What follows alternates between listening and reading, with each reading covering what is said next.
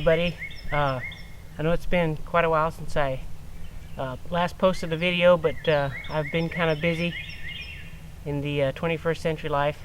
But anyway, I wanted to get out today and make a little video on 18th century sulphur matches, or spunks. But before I do that, I've had a request to show my latest knife that I've made. And I'm sorry, Mr. Woolham, that it took me so long to get to this.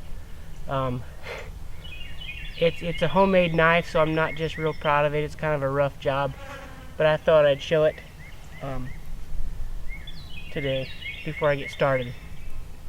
Basically, it's kind of fashioned after an English style. I made a center seam sheath for it, which was, I think, the most common back in the 18th century, and I burnt some designs in it to resemble poker etching of the period. It's kind of the design is kind of a Pennsylvania Dutch folk style, and the blade is, like I said, the blade is fashioned kind of after an English style of the 18th century, and the blade is really thin. I wasn't busy at the time, didn't have a lot of work, and I wanted to make me a knife, and I just got some scrap that I had laying by, and it was all I had. But it actually turned out to be a half decent knife as far as it holds a good edge, really sharp. I do like it, and the handle is kind of fashioned after a I think they call it a pistol grip style that was fairly common. I think you can see them a lot in trade lists and some period images, especially with the natives. And it's just made out of oak, the handle, some oak that I had, and I stained it with vinegaroon, give it kind of that dark color. And then it's just got two simple pins in the handle.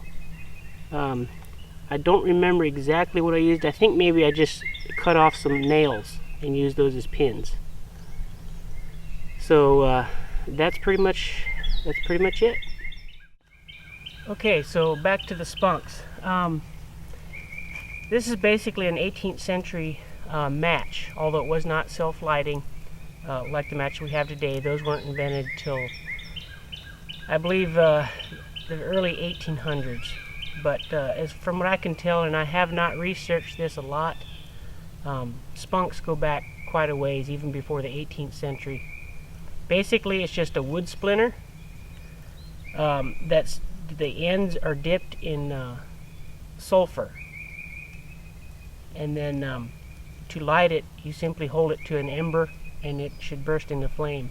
It was a really quick way of, lighting candles or what have you in the day, instead of having to start a fire and then light your candle, etc. All you had to do is make an ember and light it, which we'll show you after we get these made.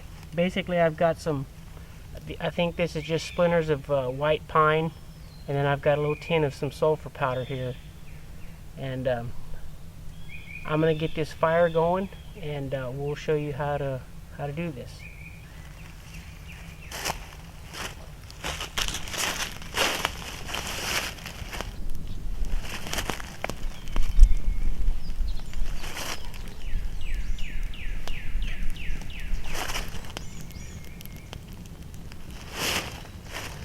Okay, so we've got this fire going now, and I kind of let it burn down just a little bit, and I'm going to go ahead and take my tin of sulphur powder and just set it on here and let it melt down.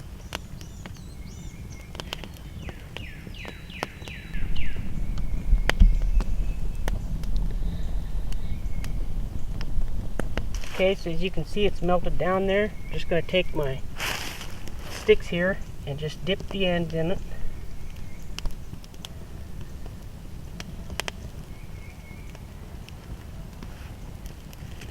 I'm going to take this off. It seems to be getting just a wee bit too hot. I believe I let it get too hot.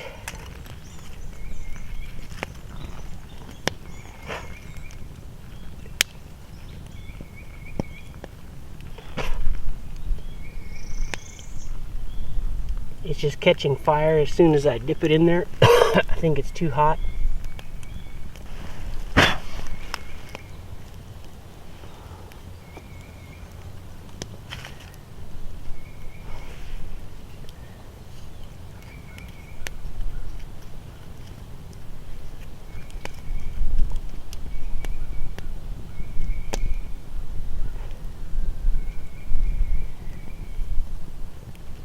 There we go. I believe we got it now.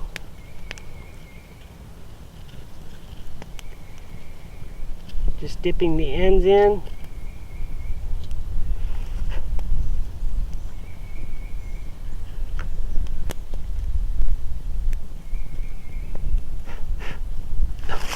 And setting it aside to let it cool.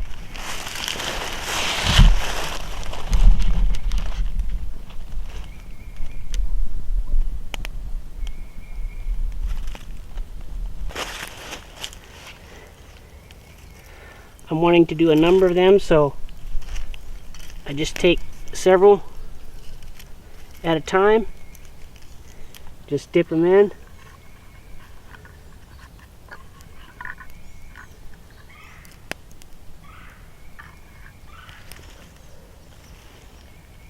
You don't want to get this on your hands,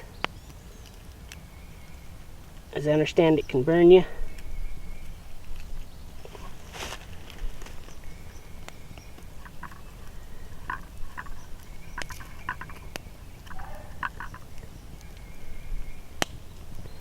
And that's all there is to it.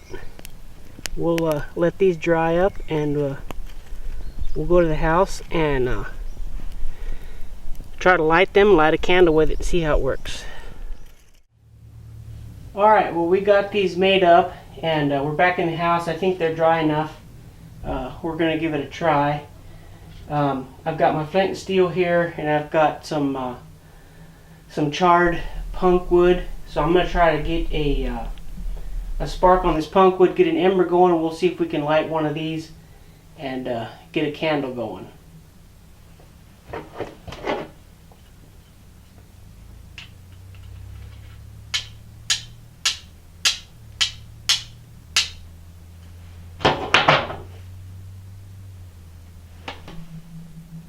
Got an ember going there.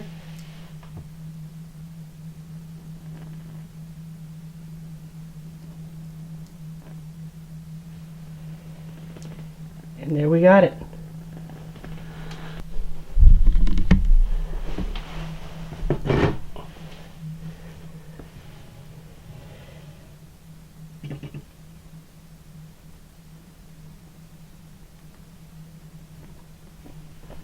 And there you have it.